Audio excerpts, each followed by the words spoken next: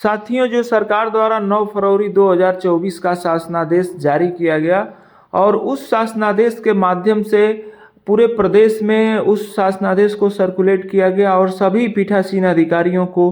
उस शासनादेश में जो निर्देश दिए गए हैं उन निर्देशों का पालन करने और उसके अनुरूप कार्य करने के लिए निर्देशित किया गया माननीय राजस्व परिषद द्वारा। किंतु इसके संबंध में आम लोगों को जानकारी बहुत नहीं हो पाई कि उस शासनादेश में माननीय राजस्व परिषद द्वारा क्या कहा गया पीठासीन अधिकारियों को और राजस्व वादों के निस्तारण के समय किन किन बातों का ध्यान रखने का निर्देश माननीय राजस्व परिषद द्वारा अपने शासनादेश में सरकार द्वारा दिया गया। हमारा ये प्रयास है कि जो शासनादेश सरकार द्वारा जारी किया गया है उस शासनादेश में उल्लिखित बिंदुओं का आपको लाभ मिले और उस शासनादेश में सरकार द्वारा जारी बिंदुओं को लेकर के अगर आपका भी कोई वाद चल रहा हो और जिस न्यायालय में चल रहा हो उस न्यायालय द्वारा मनमानी तौर पर कार्रवाई की जा रही हो तो आप उस शासनादेश में उल्लिखित बिंदुओं को लेकर उस न्यायालय के समक्ष अपनी बात रख सकें और उसका लाभ आपको मिल सके और सरकार द्वारा जो निर्देश दिया गया है उसका धरातल पर पालन कराया जा सके। तो मेरा ये प्रयास है कि आप उसके संबंध में जानें।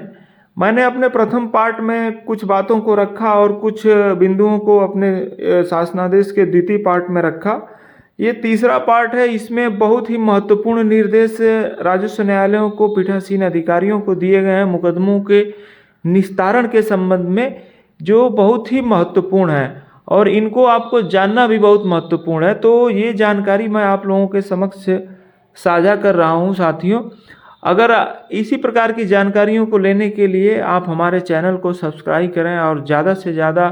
शेयर करें ताकि अन्य लोगों को भी इसका लाभ मिल सके। तो आइए जानते हैं साथियों कि मुकदमों के निस्तारण के संबंध में इस शासनादेश में किन किन बिंदुओं का उल्लेख किया गया है।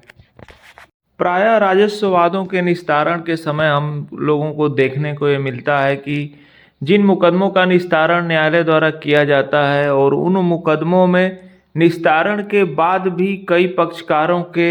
विभिन्न प्रकार के प्रार्थना पत्र जो मुकदमों की कार्रवाई के दौरान दिए गए होते हैं उस पर उस न्यायालय द्वारा कोई भी निर्णय नहीं दिया जाता है और उन प्रार्थना पत्रों के पेंडिंग रहने के दौरान ही न्यायालयों द्वारा मुकदमे का निस्तारण कर दिया जाता है। जबकि रेवेन्यू कोड मैनुअल में स्पष्ट रूप से यह प्राविधानित है कि अगर कोई प्रार्थना पत्र पत्रावली में किसी विषय पर दिया गया है तो उस प्रार्थना पत्र का भी निस्तारण उस न्यायालय को नियमित रूप से और सम्यक सुनवाई का अवसर देने के बाद किया जाना चाहिए। किंतु प्रायः यह देखने को मिलता है कि उन बातों की अनदेखी करते हुए और अंतिम निर्णय गुणदोष के आधार पर पारित कर दिया जाता है। इसके संबंध में माननीय राजस्व परिषद द्वारा जो शासनादेश जारी किया 9 फरवरी 2024 में, उस शासनादेश में जो इस प्रकार के वादों को न्यायालयों द्वारा अदम पैरवी में खारिज किया जाता है और सभी साक्ष्य की कार्रवाइयाँ और सभी कागजात पत्रावली में मौजूद होने के बावजूद देखा जाता है कि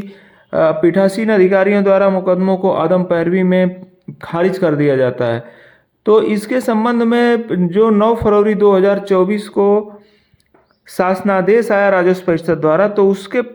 50वां जो उसका बिंदु है उस 50वें बिंदु में माननीय राजस्व परिषद ने यह स्पष्ट रूप से निर्देश दिया है पीठासीन अधिकारियों को कि वो मुकदमों को जो अदम पैरवी में खारिज कर रहे हैं तो ऐसा न करें। अगर उस वाद को देखें कि क्यों उस वाद को अदम पैरवी में खारिज किया जा रहा है, अगर उस मुकदमे में कागजात उपलब्ध हैं, अगर अभिलेख उपलब्ध हैं और सारी कार्रवाइयाँ पूर्ण हैं तो उसमें राजस्व परिषद का यह निर्देश है कि गुण अवगुण पर यानी गुण दोष पर निर्णय किए जाने का प्रयास करने का स्पष्ट रूप से निर्देश माननीय परिषद ने दिया है कि अगर मुकदमे की सारी कार्रवाइयाँ पूर्ण है और किन्हीं कारणवश अगर पक्षकार उपस्थित नहीं है तो उस मुकदमे को अदम पैरवी में खारिज करने से मनाही किया गया है और कहा गया है कि नहीं, आप ऐसा नहीं करेंगे और पत्रावली पर उपलब्ध कागजातों और अभिलेखों के आधार पर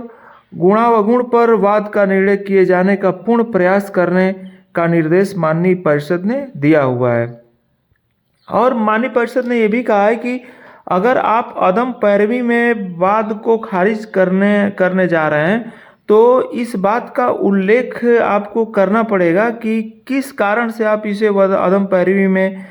खारिज कर रहे हैं और किस कारण से गुण दोष के आधार पर इसका निर्णय आप नहीं कर सकते हैं। उस कारण को भी उसमें लिखने का निर्देश माननीय राजस्व परिषद ने 9 फरवरी 2024 के अपने जारी शासनादेश में स्पष्ट रूप से दिया है। प्रायः यह देखने को मिलता था कि राजस्व न्यायालयों के समक्ष